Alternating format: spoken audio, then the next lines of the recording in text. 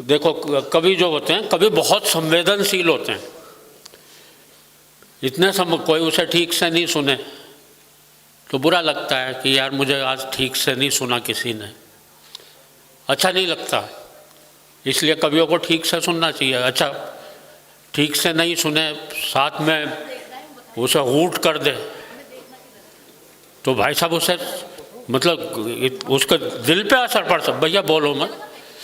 अच्छा कवि को बुरा लगता, साथ में हूट कर दे भाई साहब, कवि इतना संवेदनशील होता है, उसके दिल पे असर पड़ सकता है, उसकी तबीयत खराब हो सकती है, दिमाग पे असर पड़ सकता है। मैं ऐसा इसलिए बता रहा हूँ, एक जगह मेरे साथ पब्लिक ने इतना बुरा किया, पब्लिक ने मुझे इतनी बुरी तरह से हूट किया, इतनी बुरी तरह से हूट किया, सीधा असर मेरे दिमाग पे पड़ा, मेरी याददाश्त चली गई, मुझे भूलने की बीमारी लग गई। अभी मैं कुछ कह रहा था यहाँ पे,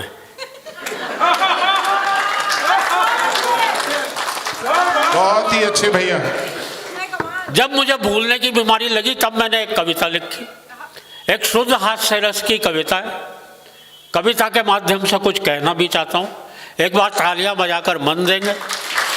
सीधे सीधे कविता से आपको जोड़ता हूँ मित्रों।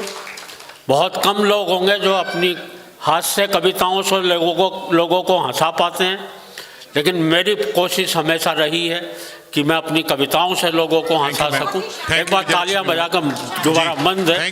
सीधे सीधे कविता शुरू। बहुत बहुत धन्यवाद। कि एक कवि सम्मेलन में श्रोताओं ने इस कदर हूट कर डाला कि हास्य से मेरी यादों का निकल गया दिवाला। तब से बिना निमंत्रण के ही हर प्रोग्राम में पहुंच जाता हूं। हालत इतनी खराब है, जहां भी लोगों की भीड़ जुटी दिखती है, कवि सम्मेलन समझकर घुस जाता हूं। आज भी मैं यही सोच के आया हुआ हूं। जहां भी लोगों को की भीड़ जुटी दिखती है, कवि सम्मेलन समझकर घुस जाता हूं। कभी तो अपने स्कूल जाकर बच्चों को कविताएं सुनाने लगता हूं, कभी मंच से ही श्रोताओं को हिस्ट्री पढ़ाने लगता हूं। एक बार तो गजब बड़ा कर दिया, जो श्रोता लेट आए थे मैंने उन्हें कुर्सी पर ही खड़ा कर दिया। जो श्रोता लेट आए थे मैंने उन्हें कुर्सी पर ही खड़ा कर दिया। अपने बिगड़े हालात का ज़्यादा बयान क्या करना है, मुझे तो यह भी ध्यान नहीं रह पाता कितनी देर पढ़ना है। एक जगह तो मैं पढ़ता गया 1 घंटा 1.5 घंटा, श्रोता बोर हो गए। मैंने बाद में सबसे माफ़ी मांगी हाथ जोड़ के। मैंने कहा माफ़ करना दोस्तों, आज मेरे हाथ में घड़ी नहीं थी। एक श्रोता खड़ा होकर बोला, पीछे कैलेंडर लगा हुआ था, वही देख लेता।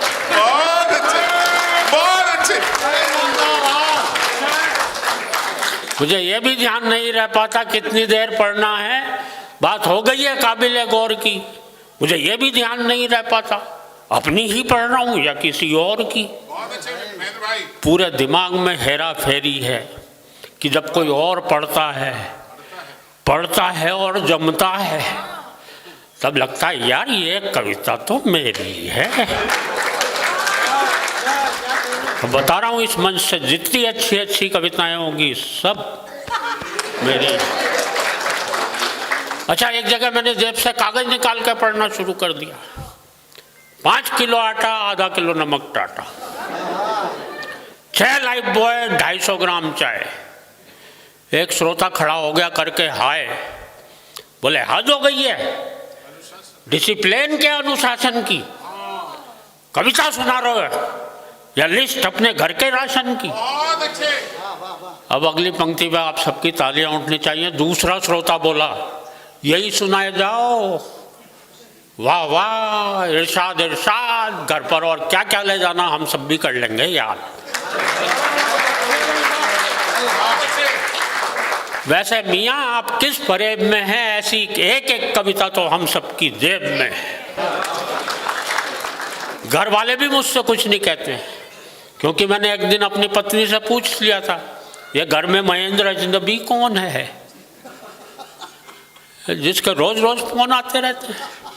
दाढ़ी बनाने के बाद एक बार तो और भी गजब कर दिया, जब मैंने अपनी पत्नी से पूछा ये आईने में आदमी कौन था जिसकी मैं इतनी बढ़िया शेव कर गया। रात को सोते समय और भी लफड़े में रहता हूँ। मेरा कुत्ता तो आराम से बिस्तर पर सोता है, मैं पलंग के नीचे कूं करता रहता हूँ। कुछ समझ नहीं पाता हूँ, पत्नी पुचकारते हुए उसे बुलाती है, दो मिलाते हुए मैं पहुंच जाता हूँ। फुर्ती का ऐसा प्रमाण देता हूँ, वो रोटी उसे डालती है, पहले मैं लपक लेता हूँ। सवाल खड़े हो गए हैं रोज अनबुझे। मुझे यही पता नहीं लग पा रहा बोलने की बीमारी मेरे कुत्ते को लगी है या मुझे। बहुत अच्छे। और दोस्तों, भूलने का आलम यह है, तेल हाथ में लिया सर पे मलना भूल गए, कुर्सी पर बैठे तो उठना भूल गए, चौराहे पर खड़े हुए तो चलना भूल गए। और भूलने पर बहुत नई बात कहने जा रहा हूँ दोस्तों, और गंजे भी इसलिए हो गए क्योंकि मेरे सर के बाल उगना भूल गए। पत्नी बोली एक बार, मेरे भरतार हेल्प करा दो, गीले कपड़े ऊपर फैला दो। ऊपर जाते ही दिमाग भटक गया, मैंने कपड़े तो चारपाई पर पटके, खुद तार पर लटक गए। टूट गई टांग, डॉक्टर आया, प्लास्टर चढ़ाया, डॉक्टर भी था होशियार, भुलक्कड़ों का सरदार। यहाँ भी बड़े डॉक्टर बैठे भैया। गजब गजब ही औरतों ढा के बड़े दिया, टूटी दाई टांग थी, प्लास्टर बाई पर चढ़ा दी। डॉक्टर साहब कभी ऐसा वैसी हुआ है सर? आज बता दो, एक आध बार तो नहीं हुआ है सर। चलिए। टूटी दाई टांग थी। और दोस्तों, भूलने पर इससे बड़ी बात कोई कह नहीं सकता, कोई कह नहीं सकता, कोई कह नहीं सकता। जो मैं कहने जा रहा हूँ, मैं क्या कहने जा रहा था ये तो भूल ही गया। बहुत अच्छे। लेकिन दोस्तों, मेरे भूलने पर ज़्यादा मत जाइए, कविता समाप्त हो गई है, तालियां बजाइए। बहुत अच्छे। लेकिन मित्रों, कविता तो शुरू होती है अब। मैं ही नहीं, ये सारे कवि, आप और हम सब, कुछ न हम सब न जाने किन ख्यालों में झूले हुए हैं। हम सभी कुछ न कुछ भूले हुए। हासिल है ये कविता का सूरज भाई, ये कविता। हम सब न जाने किन ख्यालों में झूले हुए हैं, हम सभी कुछ न कुछ भूले हुए हैं। हम भूल गए हैं आपस का प्यार, हम भूल गए हैं मेहमान का सत्कार, आए दिन टूटने वाले घर बार। हम भूल गए हैं संयुक्त परिवार, और बता रहा हूँ आपको घर घर का संताप। पत्नी आते ही लोग भूल जाते हैं माँ बाप। बहुत अच्छे। लोग भूल जाते हैं किसी का एहसान, लोग भूल जाते हैं अपना दीनो ईमान, लोग भूल जाते हैं बीमार माँ की दवा। हम सब भूल चुके गांव की ताज़ा हवा। कमाल। और हाय रे टीवी की ऐसी रवानी, बच्चे सब भूल चले दादी नानी की कहानी। बहुत अच्छे, बहुत अच्छे सर। हाय रे टीवी की ऐसी रवानी, बच्चे सब भूल चले दादी नानी की कहानी। राजनीति के हो चले खौफनाक इरादे, नेता जीतते ही भूल गए अपने किए वादे। कमाल। नफरत का चढ़ चुका ऐसा जुनून है, हम सब भूल गए कि सबका एक जैसा खून है। जिंदाबाद। और दोस्तों, कहने को अब कुछ भी नहीं है शेष, भूलों की इस भूल भुलैया में भूलते जा हम सब भूलते जा रहे हैं अपना देश। क्या बात है। हम सब। बहुत अच्छे महेंद्र भाई। और मित्रों, चलते चलते जिस बहुत छोटी सी कविता है, 8-10 पंक्तियों की कविता है, बहुत ही छोटी, जो मुझे आदेश मिला है। छोटा भाई है, लेकिन जब वो संचालक के पद पर है तो वो आदेश दे सकता है। एक छोटी सी कविता है, देश की एक बहुत बड़ी समस्या है, मैंने उसे 10 लाइनों में पिरोने की कोशिश की है। स्वागत भैया। कविता का शीर्षक है 1 से लेकर 10 तक। 1 से लेकर 10 तक की गिनतियां जी। और देश की समस्या क्या है। सूरज भाई ये रिकॉर्ड कराओ, अद्भुत कविता ये होने जा रही है। एक एक पंक्ति से आप जुड़ेंगे तो आप कविता में डूबेंगे, आपको कविता सीधे सीधे समझ में भी आएगी। बहुत अच्छे। मैं बाबू जी को प्रणाम करता हूँ, आप आराम से बैठ जाएं।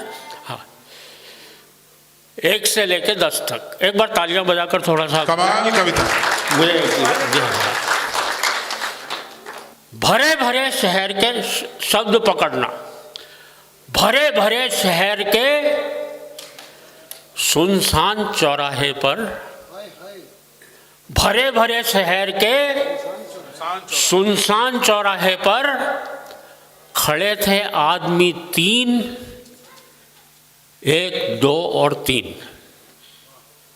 भरे भरे शहर के सुनसान चौराहे पर खड़े थे आदमी 3, 1, 2 और 3। एक ने 2 से कहा देख लूंगा, 2 ने 1 से कहा देख लियो।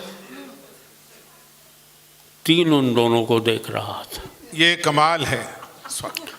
एक ने 2 से कहा देख लूंगा, 2 ने 1 से कहा देख लियो। 3 उन दोनों को देख रहा था।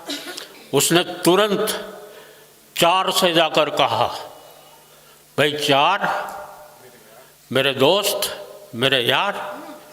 एक था बेचारा, 2 ने बेचारे के थप्पड़ मारा। 4 ने 5 से जाकर कहा 1 और 2 में हो गई कहा सुनी।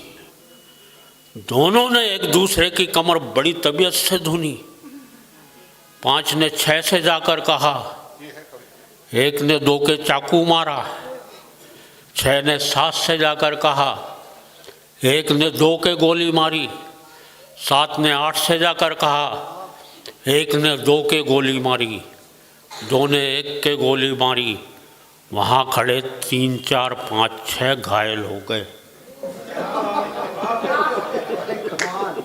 मैं वहीं से भागा भागा आ रहा हूँ, सबकी हालत अपनी आंखों से देख कर आ रहा हूँ। और दोस्तों 8 की आंखों में एक विशेष चमक आई।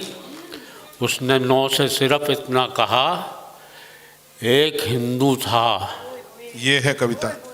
2 मुसलमान। इस बात पर शहर का एक एक मकान ना रहा, बस बन गया था कान।